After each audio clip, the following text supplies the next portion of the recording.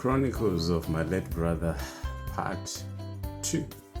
So let's talk about, and like I said, I'll be talking about my late brother, and it's very late in the morning. It's 20 past 2 in the morning, so I can't sleep. So let me find myself, let me make myself useful, because I can't be staring the sky, staring nothing. And I try to put, a rainy water. Maybe I can sleep, but the rainy water from the laptop did not help.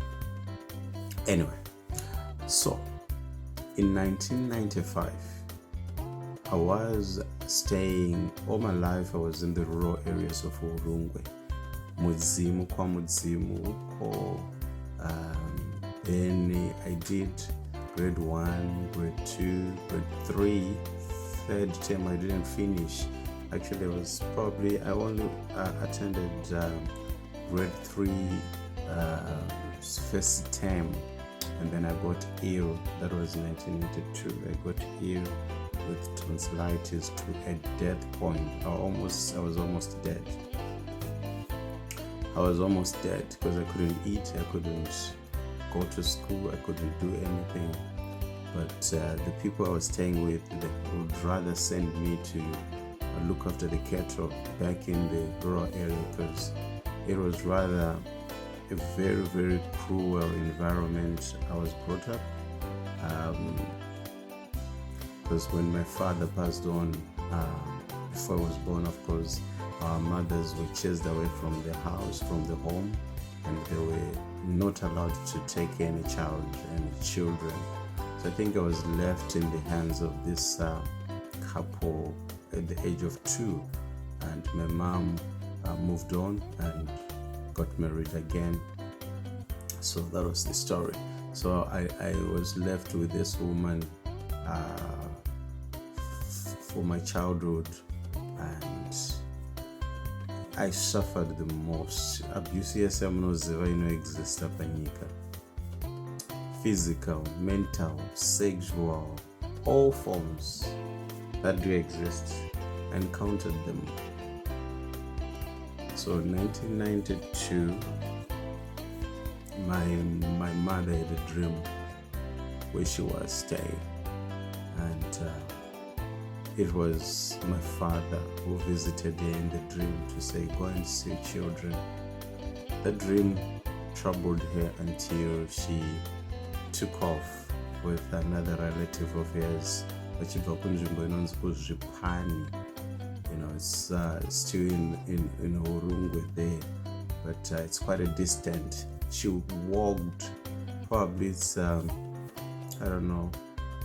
50 kilometer distance or even more. She walked by foot because she didn't have bus fare. She walked by foot to come. Just because of that dream, she found me almost dead. What she did was, she took a cooking stick, put it in my teeth, between my teeth and the finger, put salt on the finger, and crushed the tonsils or the tonsillitis that I was having. Ever since then, I never had any tonsillitis. From that moment, 1992, up to this very moment, I've never suffered from tonsillitis. And after doing that, she did not consult anyone. She took me by force from the hands of my depressors. I was just a little boy, and she took me to where she was staying. So that was now 1994. 1993, the whole of it, I couldn't secure a place at the new place my mom had taken me. So I had to wait now until the following year. Already, I was late to go to school. I went to school grade 1 when I was at the age of 9 because no one could send me to school. I was like a forgotten child. So when I went now to stay with my mom, 1994, I was then, so 92 I was doing grade 3, 1994, 1993 years, sorry if I mixed up the years there, 1993, 1992 I was doing grade 3, I couldn't finish, and that's when I got sick. I remember my brother once fainted, not the one who passed on, but the other one who is between us, the one who passed on and me. He fainted when we were traveling to a far distant land to look for me. There was a wild fruit called Nyi. So we were going to that land, to that far distant land, to look for something to eat, and he lost his virtue, he lost his power. He had no strength to move anymore, so he passed out, akafenda. Keshona ndo zvechirungu izvi asi zvedu, akafenda tiri munzira. And I also fainted at some point. Taipfudza mombe tiri kubani runonzwa chirasasa, urungwe kwamudzimu, mubani rwachirasasa tichipfudza mombe. We were playing football tiri muground, and I couldn't play anymore because ndisina energy and the strength to do so. So I stood by the pole, the bora, and ndakamira ipapo because of hunger. So in a nutshell, that's how bad the situation was. Butsu chaizo, tombodzizive butsu. What I would get and remember was sandak by butter, butsu in a manga. So that was like something that we would mend over and over again. Taita zvigamba, we were specialist of sandak yanga isingaperi zvokumanya.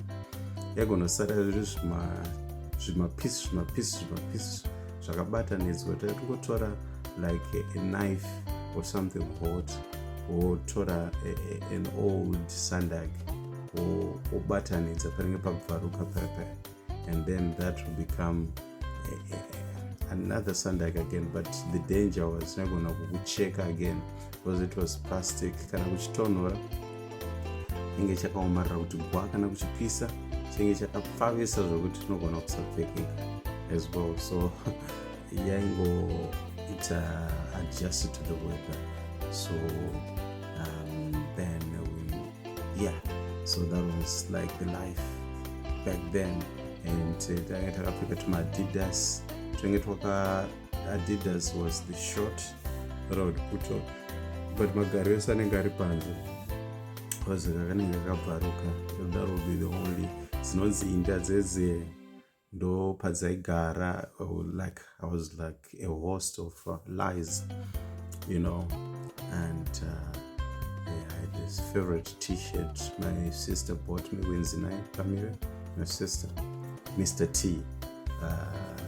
So people used to call me Mr. T. I never knew who was Mr. T and what he was about, but I had a t-shirt called with the description and the picture of Mr. T back in the days. So that's how my life was like. And until then, when I got sick, my mom came, collected me by force, went with me. She had to find a way of getting a bus fare because the distance was long. I wasn't going to last that long of walking, you know. So it was a long walking distance that would take you like the whole day of walking.